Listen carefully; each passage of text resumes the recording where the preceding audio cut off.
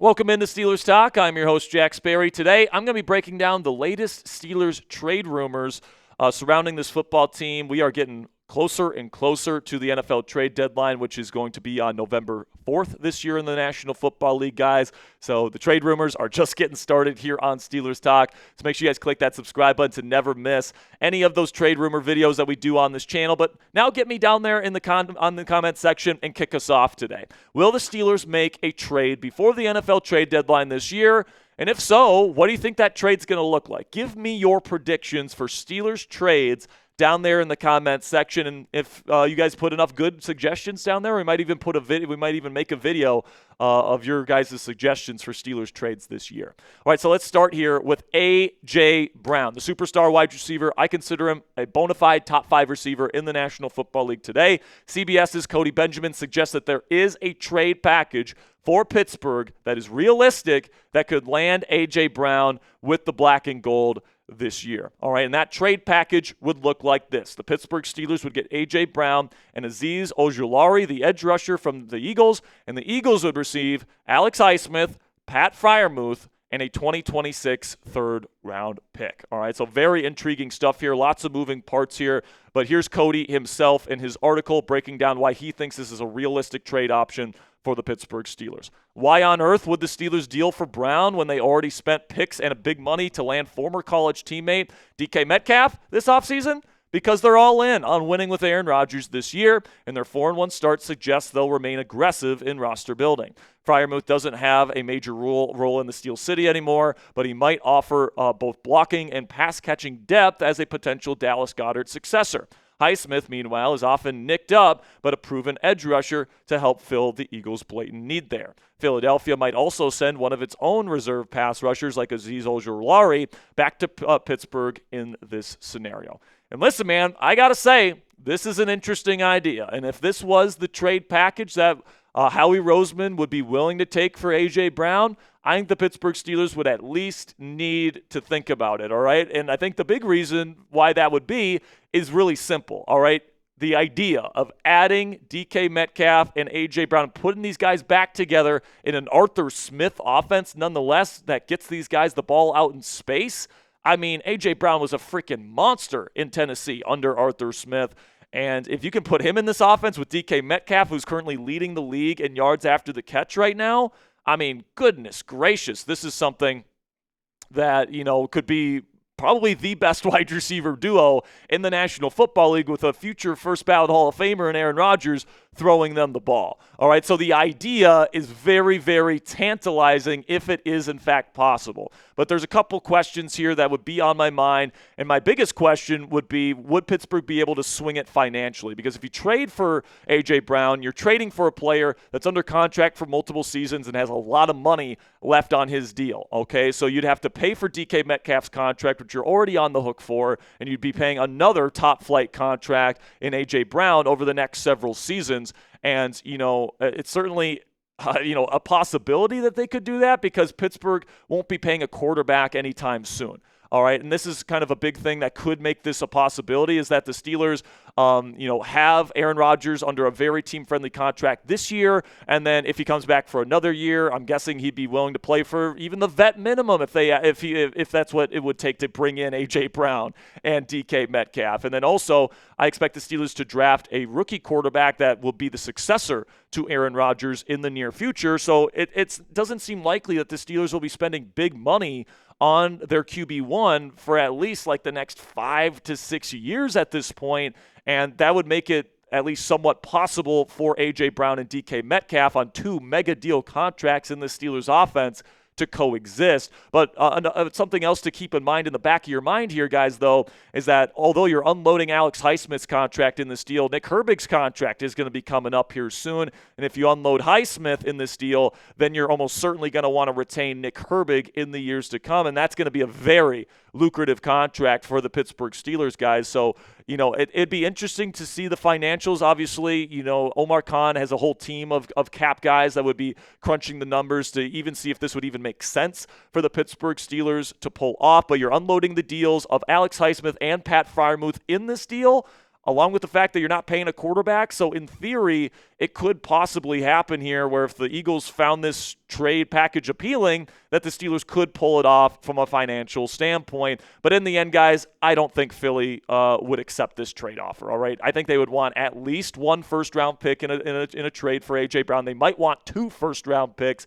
And as much as they would want another edge rusher here in Alex Highsmith, even Cody Benjamin, the author of this article, acknowledges that Highsmith gets banged up a lot, so that's a risk that the Eagles would be taking on.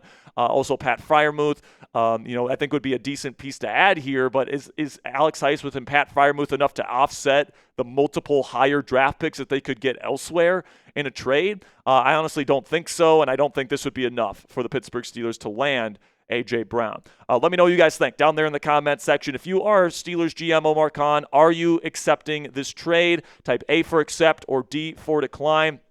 Personally, guys, I'm not the biggest fan of trading Alex Highsmith, but if it means we get A.J. Brown to pair him up with DK Metcalf for the next several years, that's an idea that would probably make me at least think about it. Let me know what you guys think down there in the comment section for today's pinned question. In just a second here, I'm going to tell you about our sponsor today at Prize Picks. And while I'm telling you about our sponsor, get down there in the comment section and let me know if you would accept or decline this trade to bring A.J. Brown to the Steel City. And with that, let's have a word from our sponsor today at Prize Picks. And you and I, we both make decisions every single day. But on Prize Picks, being right can actually get you paid. Don't miss any of the excitement this season on Prize Picks, where it's good to be right. Football season is finally here, and you better believe I'll be getting my Prize Picks lineups in all season long. Prize Picks is super simple to play. All you have to do is pick more than or less than on 2 to 6 player stat projections, and if you get your picks right, you could cash in. Prize Picks also puts their users first, so all withdrawals are fast, safe, and secure. Prize Picks also offers Venmo, Apple Pay, MasterCard, and more for quick and easy deposits into your account this football season. And a new feature from Prize Picks that I absolutely love is injury reboots. If one of your players leaves the game in the first half and does not return, Prize Picks will not count it as a loss. So for Thursday Night Football this week, guys, I'm going to take the more on DK Metcalf receiving yards, the more on Jalen Warren rushing yards, and the more on Joe Flacco interceptions. So if you guys want to get your lineup in this week here, download the app today. Use code CLNS to get $50 in lineups after you play your first $5 lineup. That's code CLNS to get $50 in lineups after you play your first $5 lineup. Prize Picks, it's good to be right. All right, so we just talked about A.J. Brown. Let's talk about 2 other wide receiver trade targets that nobody's really talking about, or at least not enough, in my opinion, right now. First one I want to talk about is Houston Texans slot receiver Christian Kirk. All right, and Kirk has dealt with another little injury, a little hamstring issue this year, but he's been back, and he played really well against the Baltimore Ravens a couple weeks ago. And he is, a pretty darn good veteran option as a slot wide receiver that can still get open, can still separate, run blocks a little bit. He's not the biggest guy in the world, but he's certainly not the smallest guy in the world either. 5'11", 200 pounds. He's a Grizzly veteran that's never really had an opportunity to compete for a Super Bowl in his career. I'm sure he would love a chance to play with Aaron Rodgers and try and win a Super Bowl here in Pittsburgh. He's on the final year of his deal with the Texans. And also, guys, something to keep in mind is that Pittsburgh showed a lot of interest in trading for Christian Kirk when he was still with the Jaguars last year before the trade deadline. He ended up having a season-ending injury, so that trade couldn't come to fruition. But the Steelers have had interest, with Arthur Smith as their offensive coordinator, by the way, in Christian Kirk in the very recent past. And, the Houston Texans are a team that does have quite a bit of receiving talent and young receiving talent at that. And, especially if they lose, some of these next few games and maybe they start feeling like, we'll take a draft pick for Christian Kirk, it's certainly possible that they could unload him, in my opinion. You take a look at their receiver room right now. Of course, you got Nico Collins. He's their number 1 alpha. But then they drafted Jaden Higgins and Jalen Noel very early in the NFL draft this year. Noel is their future slot receiver. When push comes to shove here, this is going to be Christian Kirk's only season with the Houston Texans because Higgins and Noel are the future there. And they also have Tank Dell, who's going to be coming back next year as well. They also like Xavier Hutchinson. They got Braxton Berrios and Justin Watson, some good depth behind those guys. So the Texans can certainly swing a trade for Christian Kirk. And, for an early day 3 pick, round 4, round 5, something like that, would they be willing to come to the table for a deal for Christian Kirk? I mean, I think Kirk's a really good player, really reliable slot wide receiver that can play a little bit on the outside when asked. But the big risk with Kirk is that he does have trouble staying healthy. And not only did he have that hamstring issue earlier this season, but he's had a number of pretty big injuries, and he's had a really tough time staying healthy over the last 3 seasons at this point. So he's getting older. He's getting injured at a higher rate.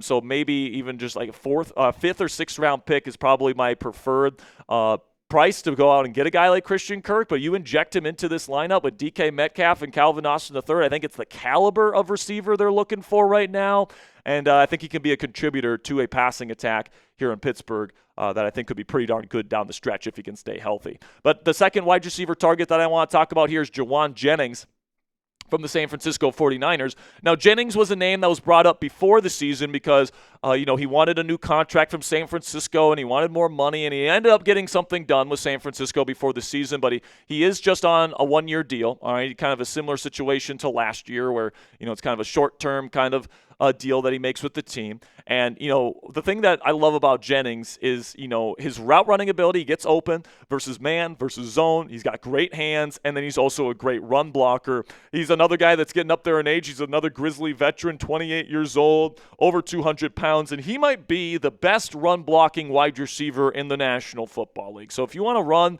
those 12 personnel looks and you want both of your receivers to be able to run block, and you don't want, you want to take Calvin Austin III in some moments there, Jauan Jennings is exactly the type of guy that can do that kind of stuff. And right now, Jauan is kind of on kind of shaky ground with the San Francisco 49ers. He had a verbal altercation with head coach Kyle Shanahan on the sideline last week. So he's clearly not too happy with the 49er organization, with Kyle Shanahan. He's frustrated with the team right now, even though they are winning football games. They're 4-2 right now, but he's also playing through injuries. I think he told the media last week that he's playing through 5 broken ribs and multiple lower body injuries as well.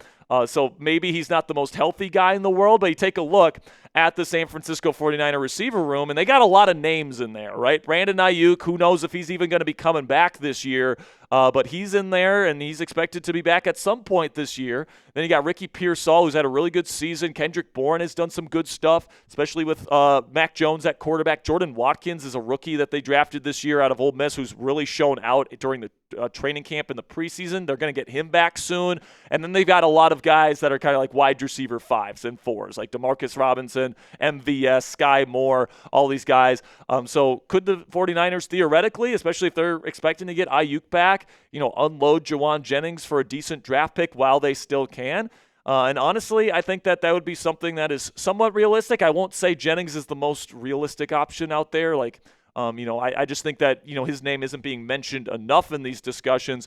And frankly, he would be Pittsburgh's perfect wide receiver 2. All right, he's used to wide receiver 2 looks. He's not going to be expecting to get number 1 receiver production here in Pittsburgh, but he blocks his ass off. He's got really reliable hands, which can build trust with Rodgers immediately. And he's a good route runner. And he's just a pro. He's a pro's pro. So I think that he would be really the ideal receiver for the Steelers to add as long as he's healthy. And that really is the question, right? Like, how healthy are his ribs? How healthy is his lower body and his ankles and all these different things? And I just don't know the answer to that question. And, if he's just not healthy enough to trade for, then that's not something that you're going to be doing if you're the Pittsburgh Steelers, obviously.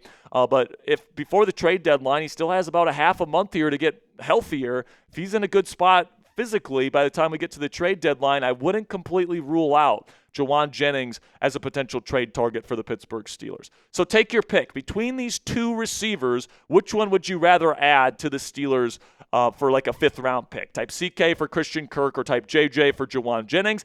I would be happy with either one of these guys, frankly, guys, for a 5th round pick. But for me, I'm going to go with Jauan Jennings. Let me know your pick down there in the comments section. Final trade rumor that we'll talk about today comes from Andrew Filipponi. He tweeted this out last week saying he has a source that's a former NFL GM. Quote, "I don't know what's going on with Freiermuth. A team would definitely trade for him like the Commanders or Rams. I think the Steelers could get a 3rd or 4th round pick for him," unquote, should the Steelers trade Pat Freiermuth. Now, as we know, Filipponi's quote-unquote sources and quote-unquote reports can be very shaky. So take whatever he says with a grain of salt here. But, especially this one, though, because I highly question, the validity of just how real this former NFL GM is, because it doesn't make a whole lot of sense to me. For me, guys, Pat Freiermuth is not probably worth a third-round pick. I think at most you can get a fourth-round pick for him, but probably more like a fifth or sixth-round pick, okay, because he doesn't play a high-value position, and he doesn't do necessarily anything at an elite level or at a great level for that matter. He does a lot of things really good, all right? He does a lot of things very well. He's got somewhat reliable hands. You know, he's a good route runner, especially versus zone. He can identify those soft spots in the zones. He's a very smart football player in that way. If he's going up against an off-ball linebacker or a DB as a blocker, he can block those guys. But he does have certain limitations. He's not a great blocker that can dig up defensive ends in a 4-3 system.